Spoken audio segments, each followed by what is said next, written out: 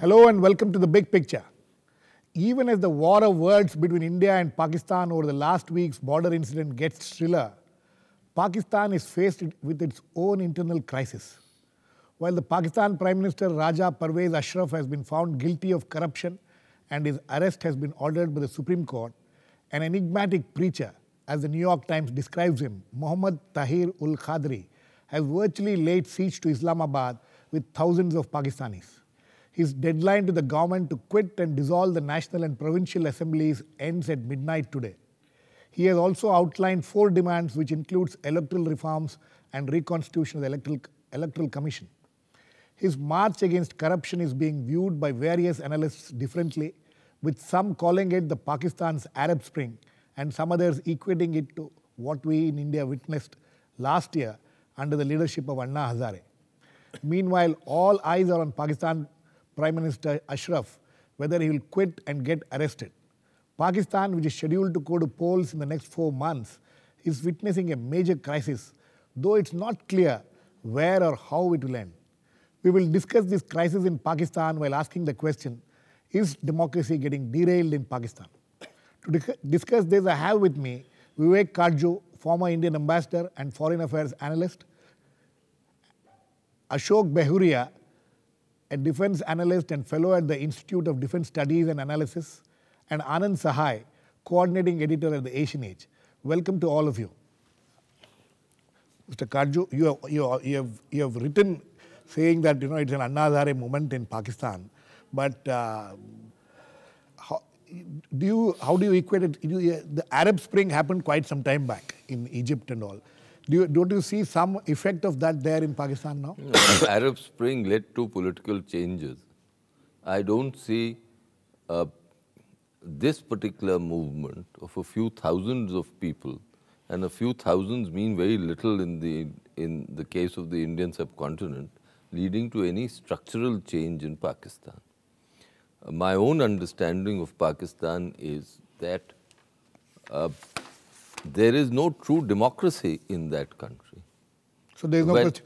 So you say, how does it get derailed? Derailed. I mean, democracy, as I understand it, is where the elected representatives exercise true power.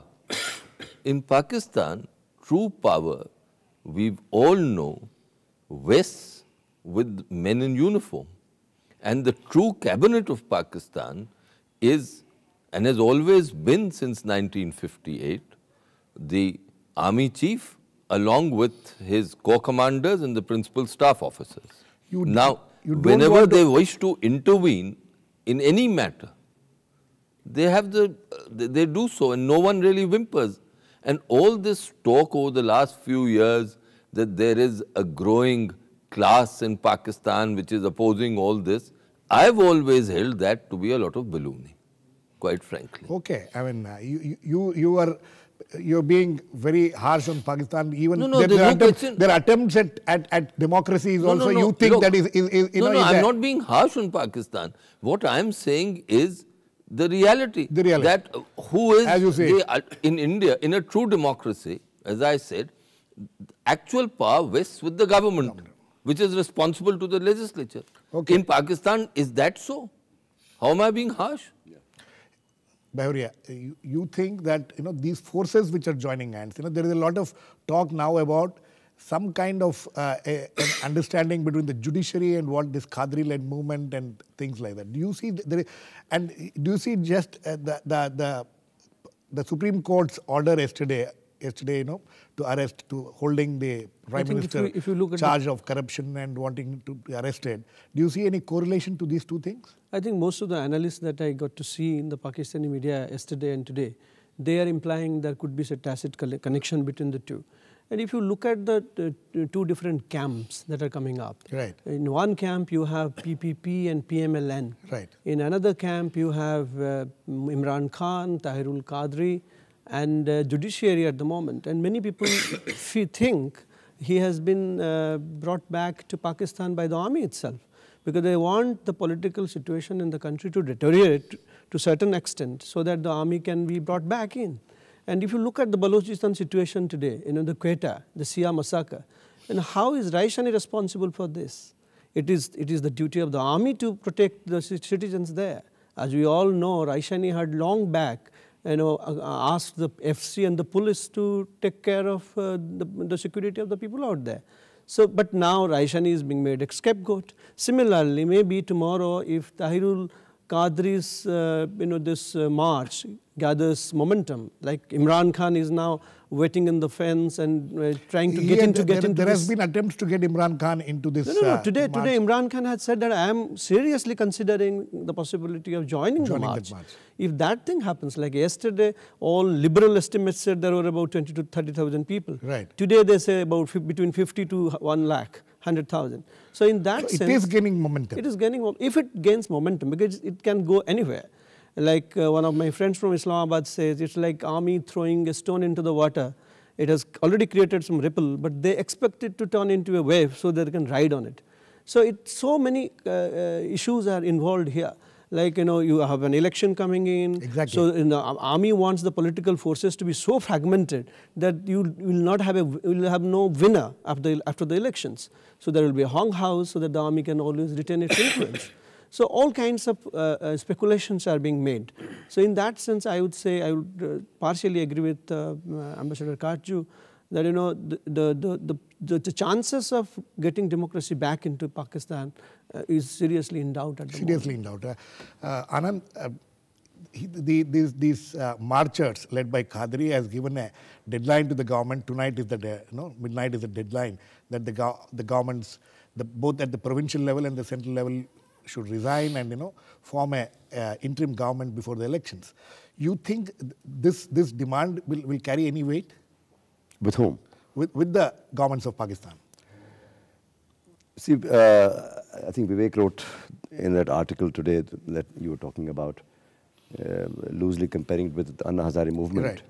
It's only as far as appearances go, I think. Yeah. Really speaking, Anna Hazare's movement was not, it did not have the, it was not a creation of any particular other institution other than himself. Right. Either the armed forces or any right-wing party or anything like that.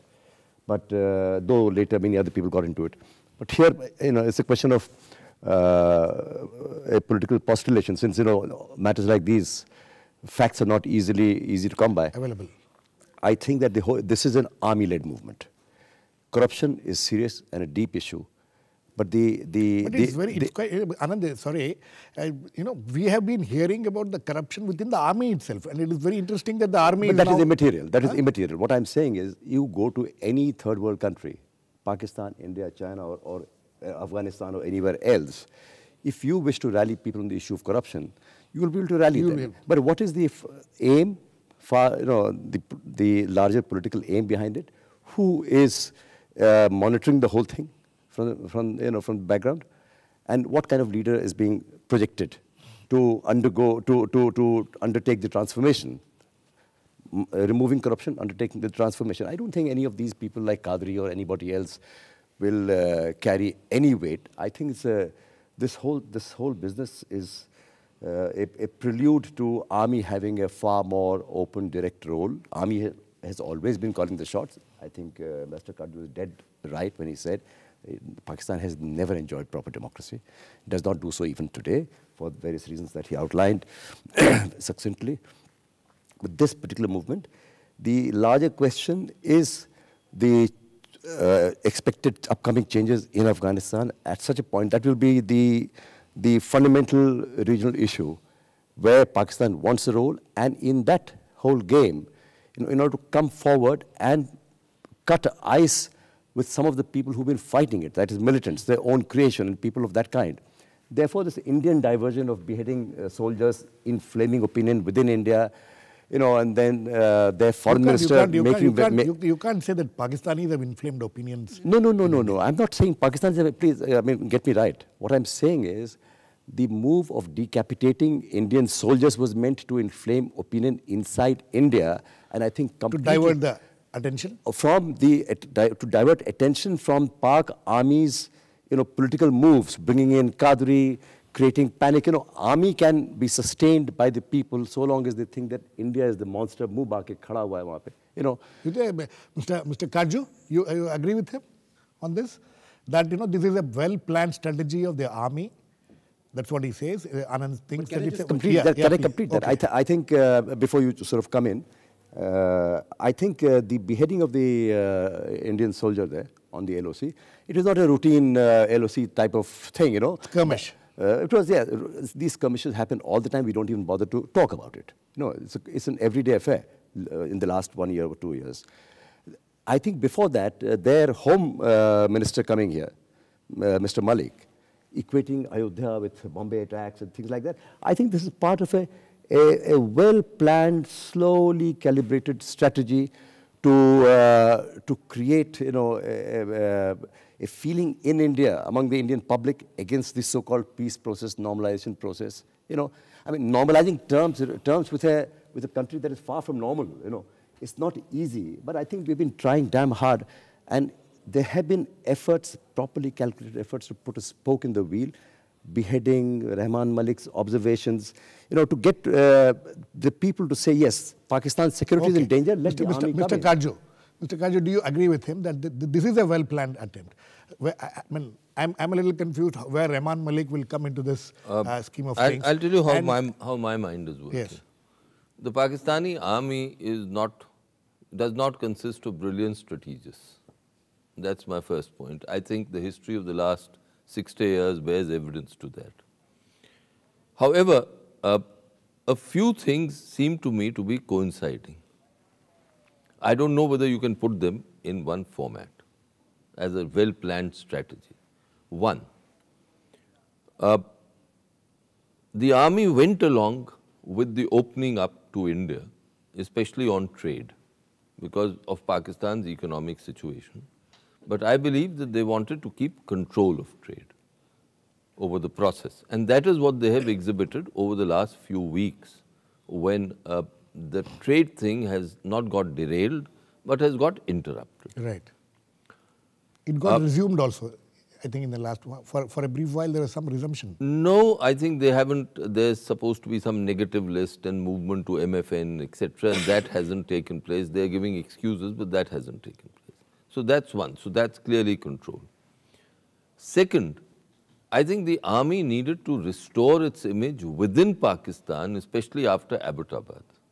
Abbottabad hit Kayani and the generals, Kayani in particular, very hard. Right. And he had to restore his image. He succeeded in partly doing so after the Salala incident of November 2011, when he took on the Americans and forced them really to apologize. Right, that was partly done. Now, when it comes to this particular incident about the beheading, I personally can't think that there can be an incursion planned the way it was planned without the local sector commanders going up the chain of command and getting approval from the army chief himself that, look, we are going to do this.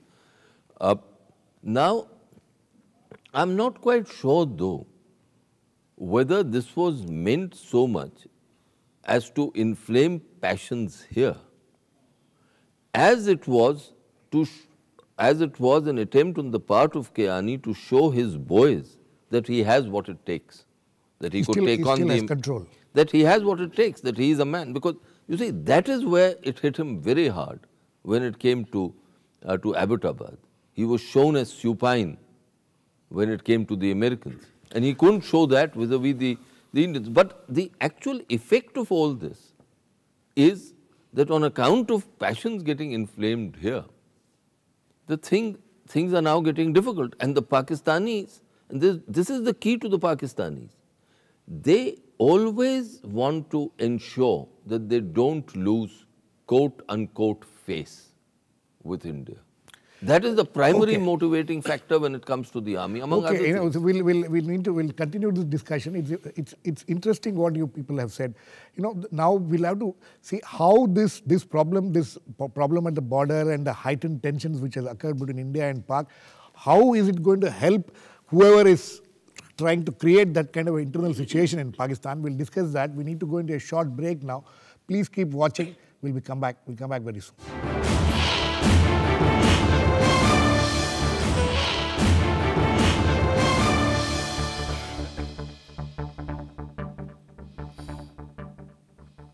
Welcome back. We are discussing if democracy is getting derailed in Pakistan, considering the kind of crisis which has been created within that nation. Ashok, you know, this what Katju said and Anand said, we'll keep that aside for a moment. We'll focus on this march which has been led. It is said that this is a confluence of some right-wing people getting together, and so if as some of you have mentioned earlier, that the army may be behind him. So can we expect some dramatic things to happen in the next 24 hours in Pakistan? I think whosoever is planning, wherever he is planning, I think it has the capacity to go beyond his or her control. Situation can spiral out of their control. Spiral out of the control, and that is what may perhaps happen as well. Like till yesterday, even the ruling PPP party people were saying that we shouldn't give a damn to this rally. But today, some of them are saying that we need to talk to these guys. The people are talking about a nexus between the judiciary, the army, and this Qadri and even Imran Khan. All kinds of. Yes. Islamabad is the rumor capital of the world. So many rumors are always being bandied about. But the point I want to make is now we have to see, is there a method in this madness? Exactly. And I think there is a method in the madness. Like Mr. Sahay also hinted at that. Many of the generals are looking at Afghanistan with a lot of concern. Right. And they want things to quieten down maybe inside Pakistan today. A couple of days back, you found Hikmatullah Mashud coming out and saying that we do not intend to attack Pakistani military anymore. So you find a militant nexus there, and you also find these ceasefire violations going up. So they want to divert the attention towards India, and you must know that the army also knows it very well that India can always act as India threat can act as a unifier in Pakistan, and they can easily sell it to the people. And if you look at the Urdu media in Pakistan in particular today, they use all these words, Makkar, Dusman, Karara Dusman, all these words are there. So the temperature is being raised there also. Also, and because if you want to know the mind of the military of Pakistan, you should read the vernacular media, and in the vernacular media it is at an all-time high. Okay. So in that sense, I think there is some method behind the madness, and they want to capitalize on this because, as they say, army is the political party in Pakistan which matters the most, and it controls Pakistan without having to fight an election. Anand, do you agree with him? And also, how does it help Pakistan? So, if what Ashok is saying, the local press is also hyping it up and things like that. So, is it convenient for the Pakistan army if all this conspiracy theory is true, that this kind of a situation with India will suit it? How will this government will they be able to get this government to resign? What is it that you think they would be planning? Or is it just saber rattling which is going on? No, what you're calling the conspiracy theory is the only game in town in Islamabad. There is nothing else going on. Yeah. You do the beheading on the LOC here to rally the Pakistani right-wing fundamentalist forces and the extremist terrorist organizations behind the Pak army. 1. 2, this is the time when Pakistan army wants to play an overtly political role. It was always playing the preeminent role, but now overtly political role. And at such a time, you have the extremists on your side. Hence, India enemy, inflate the whole thing there. Give the peace process a dhakka, That is one aspect. Number 2 aspect, pick up corruption as an issue. Which poor country in the world doesn't have corruption? As I was saying earlier, pick up corruption as an issue. You can get rallying points, and I'm sure those who have rallied, behind the rallying of it, would be our army friends, and the IDSA friends there. Get hold of a man from nowhere. Someone is left 5 years ago, lives in Canada, completely out of the picture. Yes, completely unknown. And suddenly he comes and... No, he may not be unknown. I mean, he was there earlier. I mean, that's hardly the point. I'm saying that, therefore, that to create that public mobilization on the corruption issue, saying this government is no good. The government may be no good, But if the mobilization is done by the likes of Qadri and by the army, is the army any better? Sort of, the interregnums between civilian governments, let us put it like that. When the army was in direct control of affairs, life was not any better in Pakistan. I mean, Vivek Katju has handled the Pakistan desk for years with distinction. He would, I'm sure, exactly. Mr. Katju, what I want to see, and you should take note of what General Musharraf has said today, that at last Kayani should now come out and do something direct. Mr. Katju, my question is, how should India play the cards now? Because, is India falling into the Pakistan army trap by, raising the temperature here? Is all this saber rattling which is going on in this country also playing into the hands of the Pakistan armies, this conspiracy? Before I come to that, let me make just a couple of points. One, I don't think we should bother very much about Musharraf. Okay. Quite frankly, I don't know why our media makes a hoo-ha of him. The Pakistani army finds him a severe embarrassment. Okay. So he should be kept out. I think the second point I wish to make is, I don't think that Kayani or the generals want to come and take over power, okay, a la Musharraf or the previous coup. Okay. There is, as you rightly said initially, that some months down the road, there are going to be elections in Pakistan. The question is, if the army wants now a government of its choice, and if it's maneuvering in that direction, elections in Pakistan are decided not by considerations which are very much different from elections here, which is biradari considerations. Right. Among other Biradari. biradari considerations, yes, other groups that form. Historically, the jihadi forces have not had much of an impact on the electoral process, right, as till now. Right. This time around, we'll have to see, because the jihadi forces are getting a little more entrenched. Now, all this leads one to believe that, are they really wanting Imran Khan to come in again? I mean, there was a stage a few years ago. You were talking about the army? The army, yes. A few years ago, when the belief was that they wanted to prop up Imran, yes, and they wanted to cut PPP and PML-N. Right. Certainly, Nawaz is no favorite of theirs. They wanted to cut all these boys to size. Now the question is all this an attempt to prop up Imran? Right. One doesn't know as yet. One doesn't even know, despite the propping up, whether he will win. And that is why you find that the old established parties are in some cases getting together. Now, my last point, and which is crucial before I come to the India thing in one second, yes, is that I think what will depend a lot is the skills of the PPP and the law and order machinery and how they handle the fellows who are there with Qadri. Those skills would depend whether this flares up or whether this can be contained. As far as India, the India-Pakistan thing, yes, is concerned, my belief is, quite frankly, that our government didn't handle it very wisely initially. What I would have thought as the prudent approach would have been right at the beginning to say that this dastardly act is unacceptable. That was, you think it was not said enough? No. Wasn't said at all. No, that this dastardly act is unacceptable, and this should have been an unmistakable message. The second was that, look, that we will take action and we will develop instrumentalities which will enable us to intervene in a graduated manner so that Pakistan in future is unable to act in a manner that is unacceptable to us. You see, the problem is that you haven't developed the instruments of graduated response. You swing either from dialogue and jappi pappi, yes, and to the other extreme. To war. What is the... You haven't... So as a country, you got... The diplomatic skills were found wanting. That's what you're saying? No. What I'm saying, the malaise is much deeper. It is that you haven't even thought on these lines.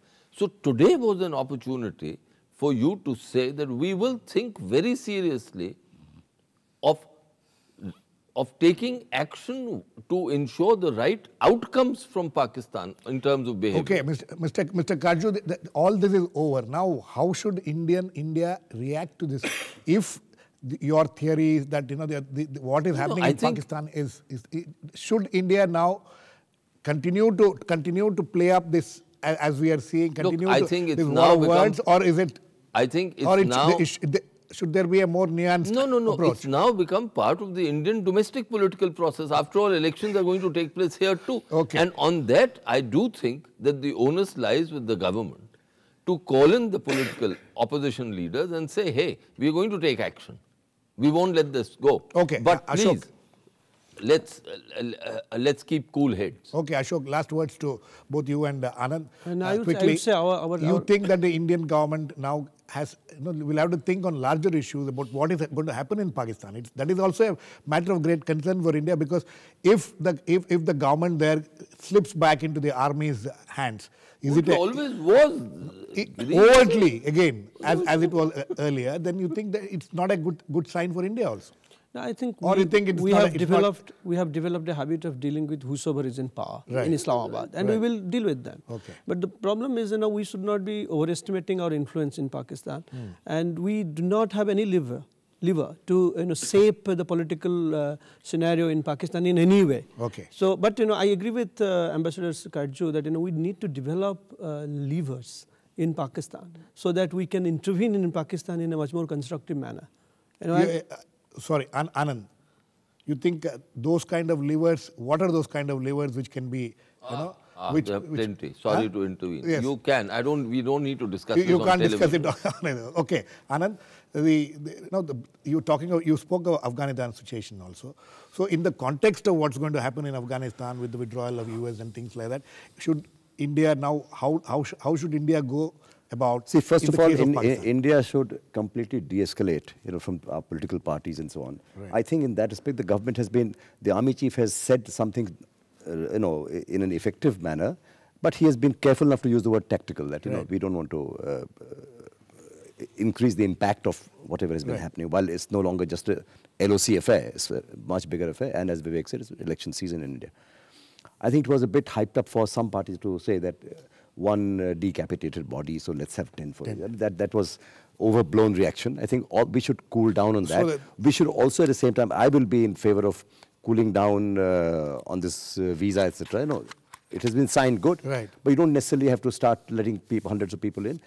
The thing is this: after each incident, we go on saying that this is not acceptable to us. This is, this has been done from the time the parliament was. You become totally predictable. Yeah, become predictable from the time parliament was attacked. We should just lie low, keep cool, wait to see what happens, what kind of changes take place inside Pakistan. Inside Pakistan. Okay. And then we'll see it. And as Vivek was saying, you develop your instrumentalities. Okay. I mean, on that note, India needs to sit and wait and watch what happens within Pakistan. Meanwhile, the original question which we are asking is democracy getting derailed in Pakistan? All my guests here says that there was never real democracy there. But whatever little democracy they had, we hope they will be able to maintain it. Thanks to all my guests, Mr. Vivek Katju, Ashok Behuria, Anand Sahay. Please keep watching. We'll come back with another issue on the big picture, same time tomorrow.